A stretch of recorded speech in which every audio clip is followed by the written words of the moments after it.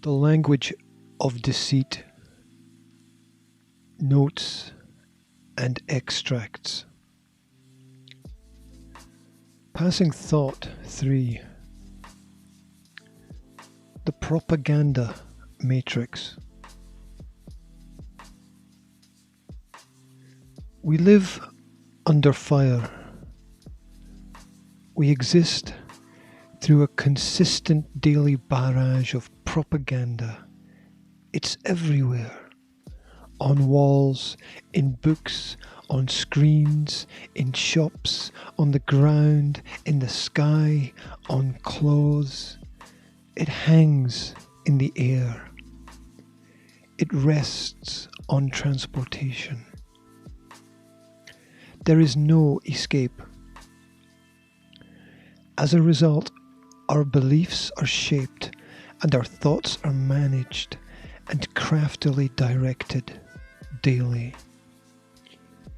We are worn down, our movements anticipated, and so we are incapacitated and are nudged into an eventual state of compliance and resilient silence. If there is an alternative, then it truly only offers us more of the same.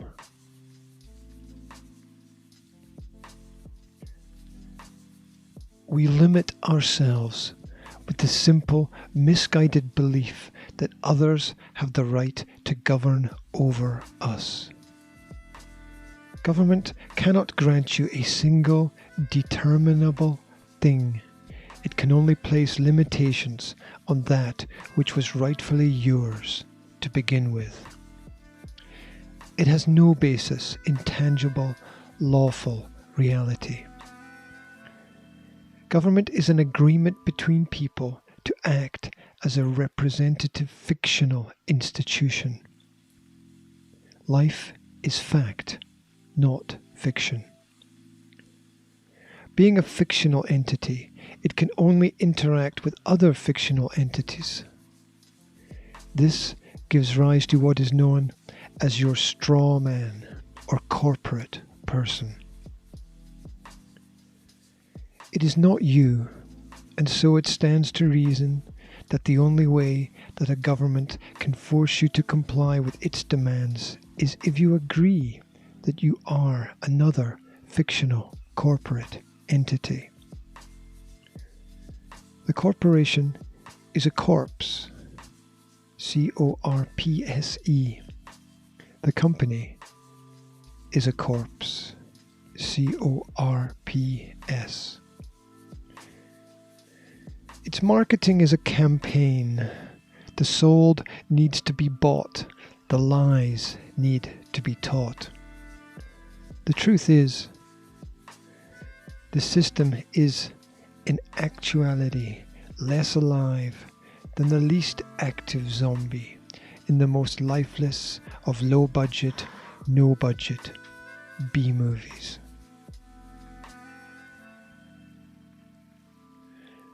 The basics of society are messed up beyond belief.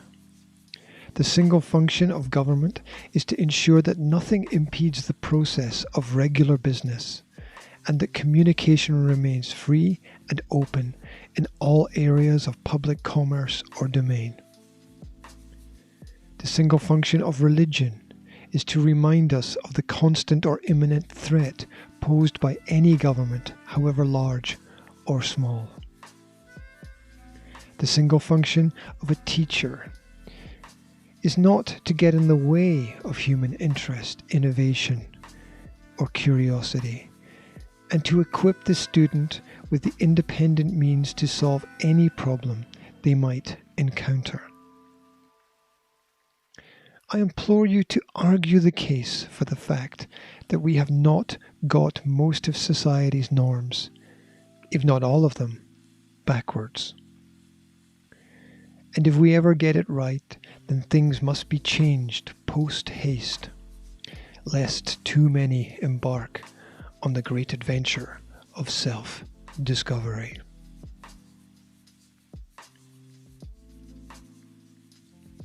Most people are scared to break free from the general consensus, as it means taking responsibility for one's own actions. It means asking who is to blame. It means pointing the finger at ourselves. It involves swimming against the tide. It is said that some do not want to wake up from their waking dream, as it would shatter their illusion of reality.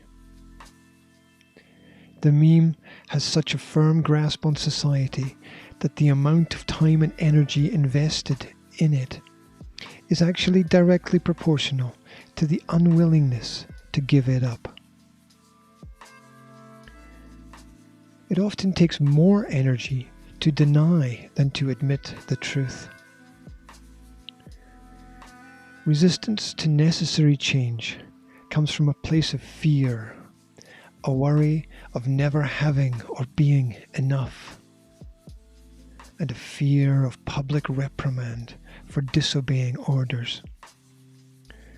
The adult elephant tied to a small tree never breaks free, not because of a lack of physical strength, but because of years of conditioned belief from when it could not break free as a baby. Visible, arrested development is a necessary part of the continuity for the survival of the illusion.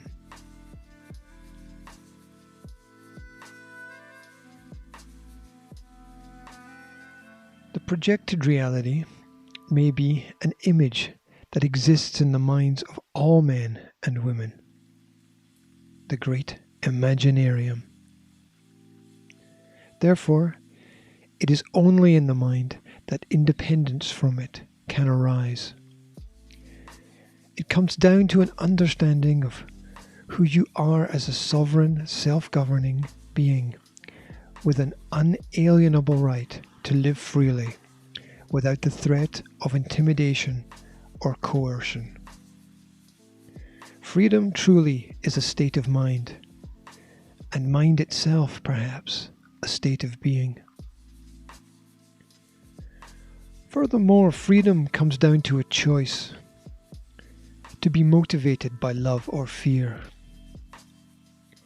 Which rules do you choose to live by? It's a question we must return to on a daily basis. Beyond this, there is a framework that shapes our definition of love and fear, our experience and our programming. Programs are an inevitable part of our cybernetic reality. There must be consistent, unavoidable training for stimulus and response to become effective. In the end, we all die. It's an inevitable part of the physical reality. Heaven and hell are neither real nor digital, but are reference points that should remind us. Work towards, but plan backwards. Choice is always your loudest voice. Regard and guard your options. To participate with your own enslavement is either an act of pure insanity or plain ignorance. The system is dependent on our belief that it is real. You only validate the authority of that which you protest or act against. The meme itself cannot survive if we choose to simply walk away and write our own script. Perhaps then the key to our freedom is peaceful non-compliance with harmful orders or insane edicts, whatever the consequence. Stand for something. Fall for nothing at all. The Language of Deceit. Notes and extracts.